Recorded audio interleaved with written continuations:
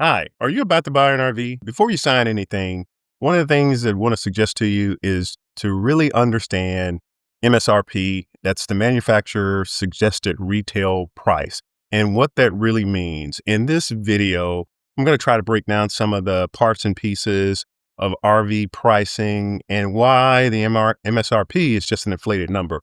And you should understand with the MSRP what that target discount is and what you should be shooting for. It doesn't matter if you're trying to get a towable trailer, Class A, Class B, Class C. There's a target price that you want to try to get for, and I'll be talking about that in this video. Now, one of the things that I often try to do whenever I go in to purchase something is just to make sure that I understand the price point or where the price should be when I'm going to purchase an item. And we just recently purchased an RV. And before we went into the dealership to look at the price, one of the things that I found was some good information from this Journal of Business and Social Science review. It was an article that talked about where price points should be when it comes to negotiating for a target price and what customers should be shooting for. The article talked about most motorized, most RVs, most trailers, most of those MSRPs that are placed on those things that you see on the internet. And some of them are extremely high, especially if you're looking at an Airstream or a Brinkley or some other type of high-end Tiffin, Thor. These MSRPs are just astronomical. But what this article talked about is that those MSRPs, manufacturer suggested retail price, is often put out there at 10, 40, or even 50% above what the dealer invoice is, what the dealer is actually paying for that. So the MSRP is actually just an inflated number that's placed out there as a price point that they begin negotiating from. And in this article, the suggested price or point that you should be shooting for when purchasing a new RV would be shoot for that 33% off. 33% off, whatever the MSRP is. That is the target goal. That is the price that you're looking for to be within when you're looking for a brand new RV, be it a fifth wheel, be it a diesel pusher. 33% off that manufacturer's suggested retail price. And one of the things, we went to the Hershey RV show here recently, and just to see some of the prices that were listed, the MSRP was so high, and to see that the price is so low, and just breaking down, understanding that price point is just an inflated price point. It's already cooked in how much money that dealership, once they sell that model. Now, the other thing is, what is MSRP? MSRP is the manufacturer's suggested retail price, and it is an inflated figure designed by the manufacturer to accommodate substantial discounting and create a sense of buyer value. It's an inflated number. It's something that is a benchmark that the dealer himself is negotiating from. And to understand that, it really supports that if the dealer is going to have a fake number out there that's extremely high, saying this is how much this rig or this trailer or this motorhome costs, you should start at a lower level, something that's extremely low, 50% off to start with when you start negotiating. Again, MSRP is an inflated, only serves to be a negotiating anchor for the dealer. The invoice price is what the dealer pays, and that invoice price that dealer pays is normally 20, 40, 50% below whatever that MSRP is. So therefore, whenever you're negotiating and working with the dealer on what your RV should cost, shoot for that 33% off. This is new vehicles, new RVs, start shooting for that 33% off. For the new current year models, so let's say you're buying a 2025, 2026, yes, that target is always 33%, but from recent articles that I've read, the average price that a person gets off on newer models when the market is is demanding for it is about 20-25%. So if you land in a 20-25-30% rate for a customer, a model that has high, you're doing a good deal. You're negotiating at a good price. But if you end up at something that's under 20% for the MSRP, that is considered the dealer got the best of you.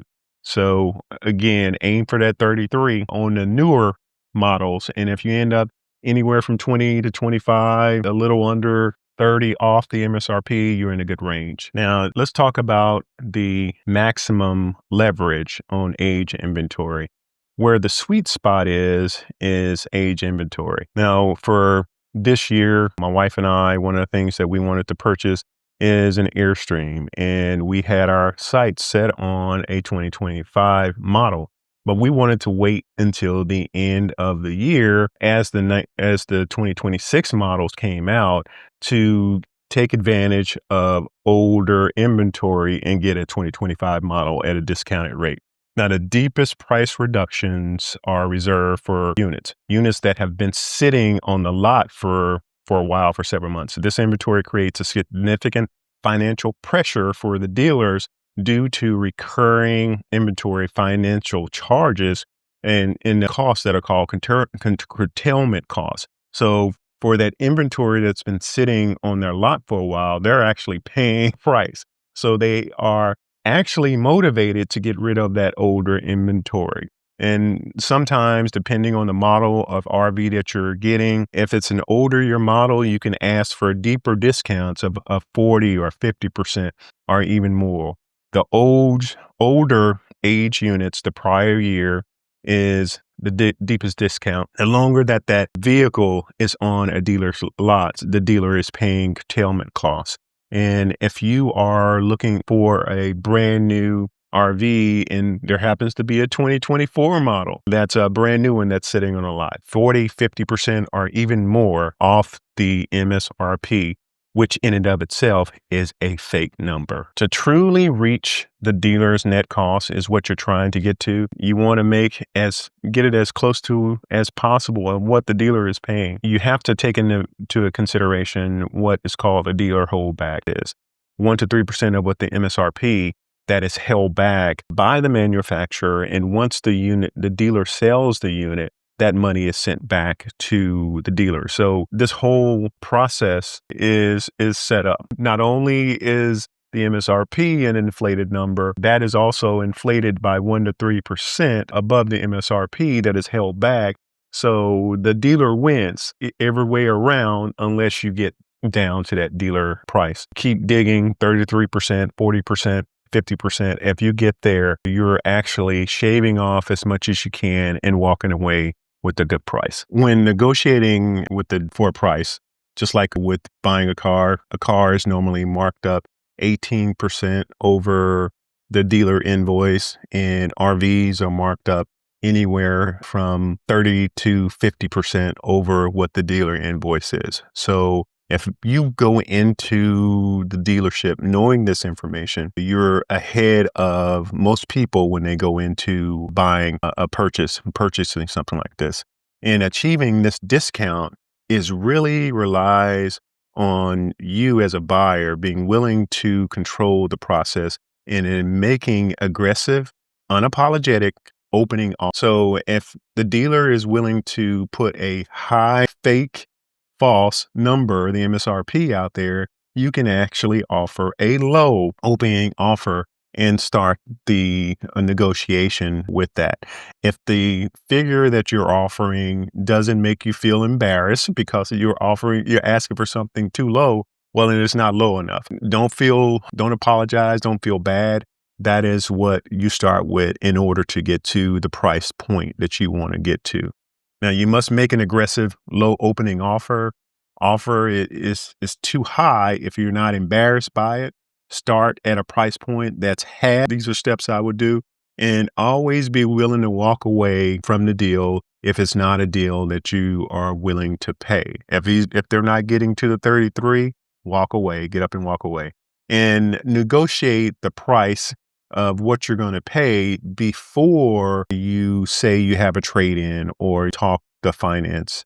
And if you can have your finance settled, what you're going to finance and what's your price point, what you can pay ahead of going into the dealership, that puts you in a greater position whenever you sit down with the finance people. If you already have your finance, if you can already pay for it, well, then have all those things done ahead of time. But don't let the dealer know until you negotiated that discount and that price that you're looking for off that MSRP. Now, the last thing I want to talk about is optimizing the acquisition timing and the market conditions. Sometimes, buying a large ticket item, you got to be strategic about what time of the year, when, and what place you buy a vehicle or RV from. Some places like Texas, Florida, many people may be looking for RVs, and it may be a very difficult market, a good market for the dealer. Everything that comes on a lot is flying out. And when it comes to discounts, you may not be able to get a discount. That's in Florida. But if you go to Texas, dealers are not moving any of the units, and they are maybe willing to offer deep discounts. So be willing to move to another part of the country in order to save substantially to pick up if you need to. Also, timing of the year. New models for RVs come out towards the end of the summer. 2026 models, this is 2025, 2026 models are already out. And as I said before, dealers have an incentive to move those older models off their lots and make way for the newer models that are coming in. They have an agreement to have new models coming in. And if they have older models on their lot, they're paying a cost for that. That's a fee. So waiting until the latter part of the year, summer, end of summer, August, September, October, is a good time to buy an RV. Off season, not in season. And these are charts that I found. And these charts, as you can see, if you look at the beginning of the year, March timeframe towards the summertime, middle of the summer, June, July, those are times when units are moving. Dealers are selling a lot of inventory, and they are less apt to dicker on the price and getting the price point that you're looking for. But if you look towards the end of the summer and the latter part of the year, dealers aren't moving as much inventory. And during those times frames, they are more apt to move the product and offer those discounts that you're looking for. So if you take anything away from this video, all I want to say is when you go in, be armed with information. Do your own research. Make sure you know what type of model, what the MSRP is, know about the dealership, the type of service, the type of quality of service that they offer, and understand what you're buying and what price point you want to walk away with that RV, and stick to your guns and stay at that price point, and don't buy because if it's not the price point that you're looking for. They may be trying to sell it here in your area at one price point where you can go a state over and pick it up at another price point that may be to your liking and save you thousands of dollars. That's worth a trip across country to pick up your RV. Now, this is Mitch with Reaching Freedom. And if I said anything that is useful or beneficial to you, please like and subscribe. And I'll see you next time.